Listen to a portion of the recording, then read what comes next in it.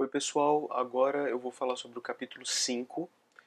Como eu havia falado para vocês, o capítulo 4 ele praticamente é o grosso da dissertação.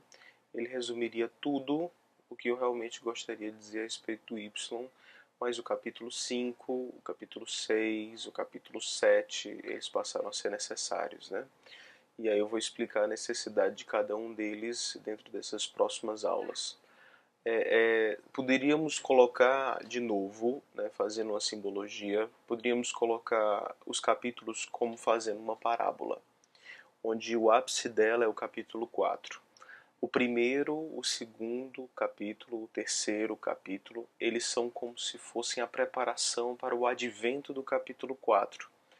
E os capítulos 5, 6, 7, 8, eles são uma consequência, um desdobramento. É como se após o capítulo 4 as coisas se desenrolassem.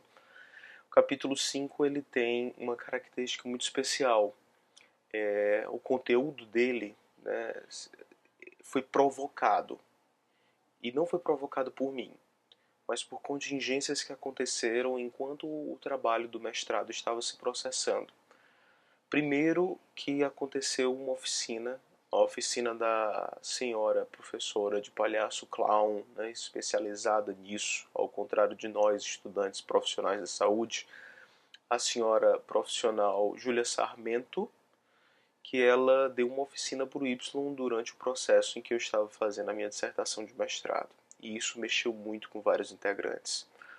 Eu aproveitei essa coisa de ter mexido, né, e comecei a abordar as pessoas. Algumas me abordaram, por exemplo, tem uma fala lá da K que conversa comigo e eu devolvo uma resposta para ela, e aquilo é importante para o grupo. Então essa fala e essa conversa, esse diálogo, eu trago um pouco dele, um excerto dessa conversa, para conseguir dissertar sobre a forma como o grupo reagiu a essa atitude da Júlia Sarmento.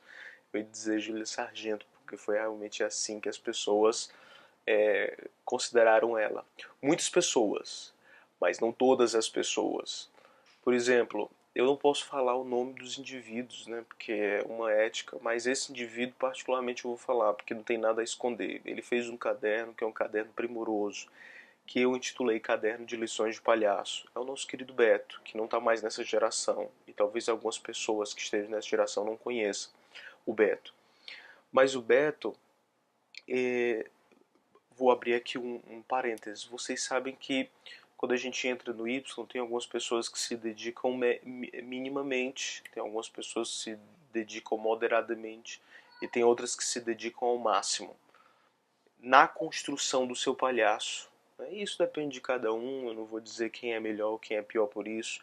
Tem algumas pessoas que entram no Y em vez de conduzir o desenvolvimento da história do desenvolvimento do seu palhaço até as últimas consequências. Se torna um grande coordenador, na verdade, se torna um grande líder, se torna um grande tesoureiro. Então, o Y ele permite que você desenvolva o braço que você melhor se afina.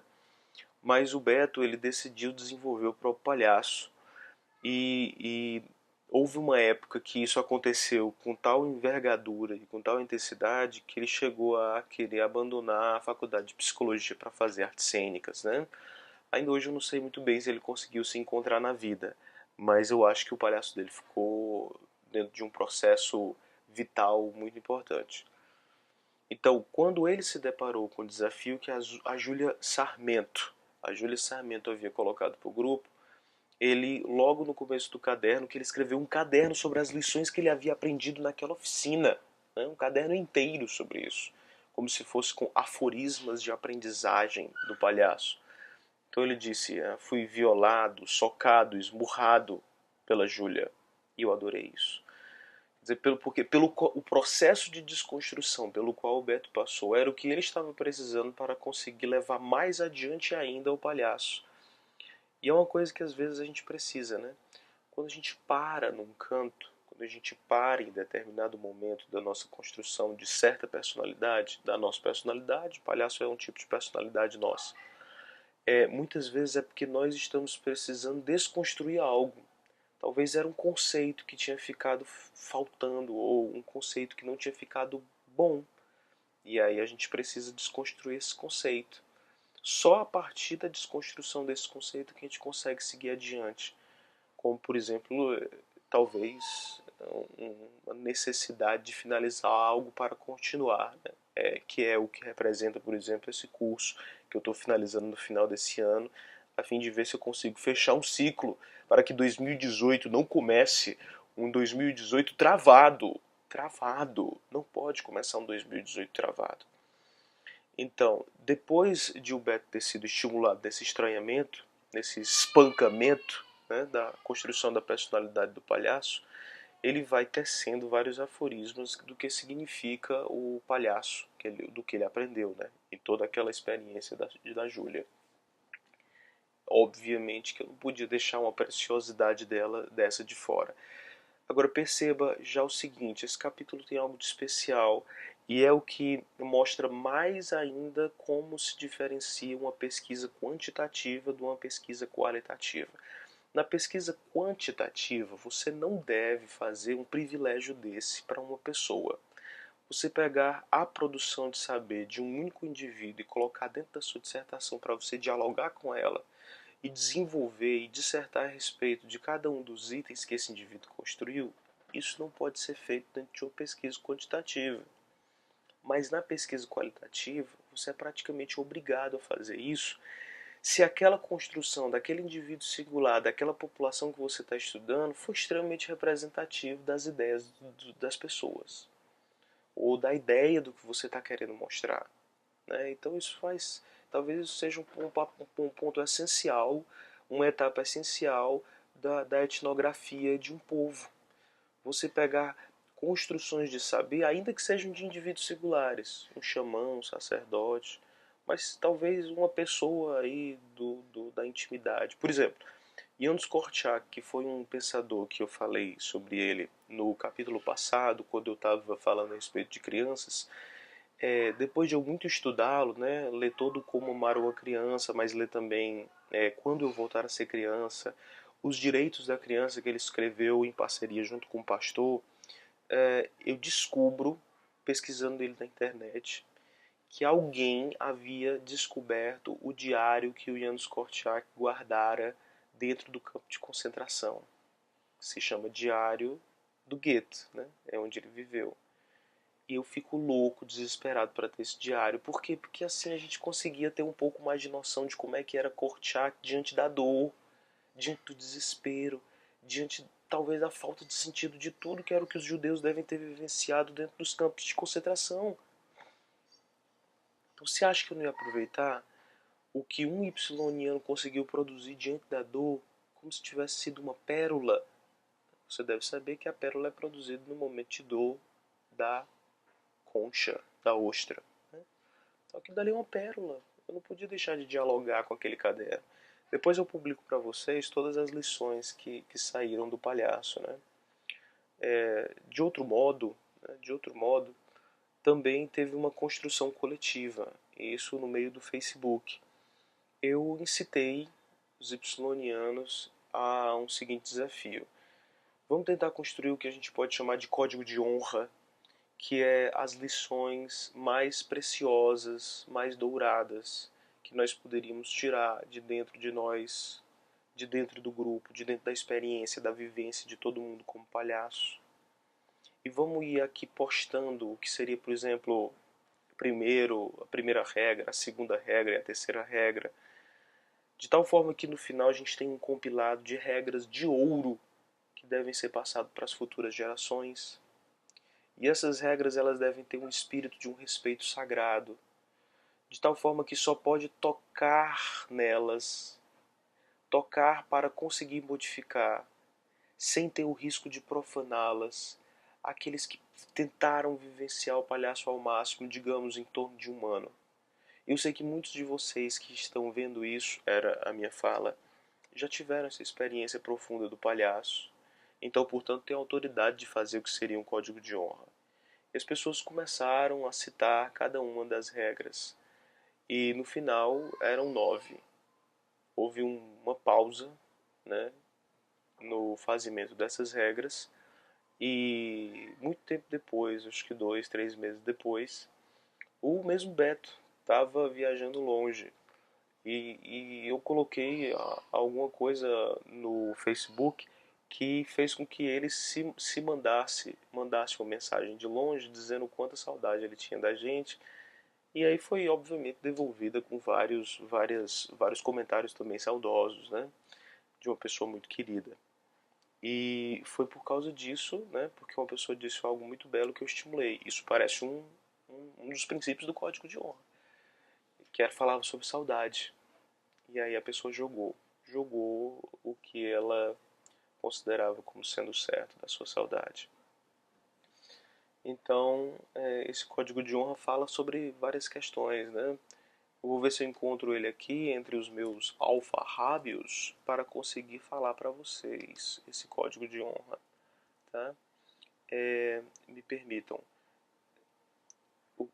Depois eu chamei os 10 mandamentos porque foi exatamente assim que se manifestou, né? Então, respeitar o meu ridículo tanto quanto respeito o ridículo do próximo.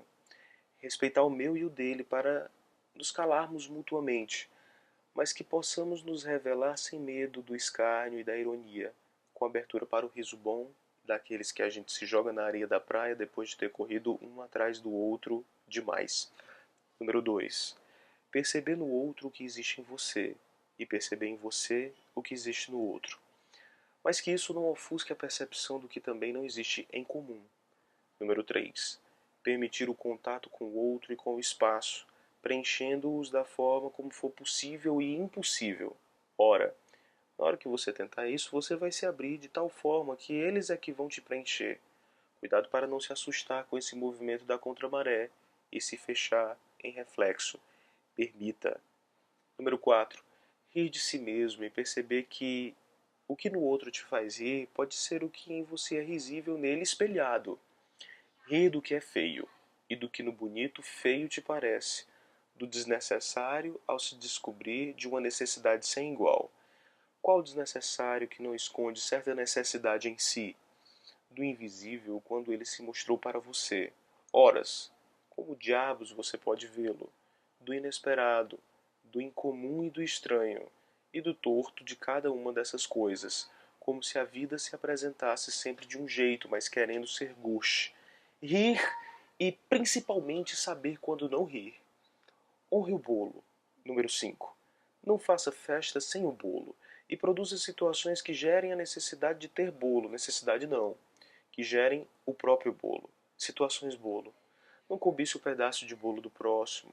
Se cobiçar, desejamos todos que o seu caia. Se cair, vá pegar outro só ao final de todos já terem o seu.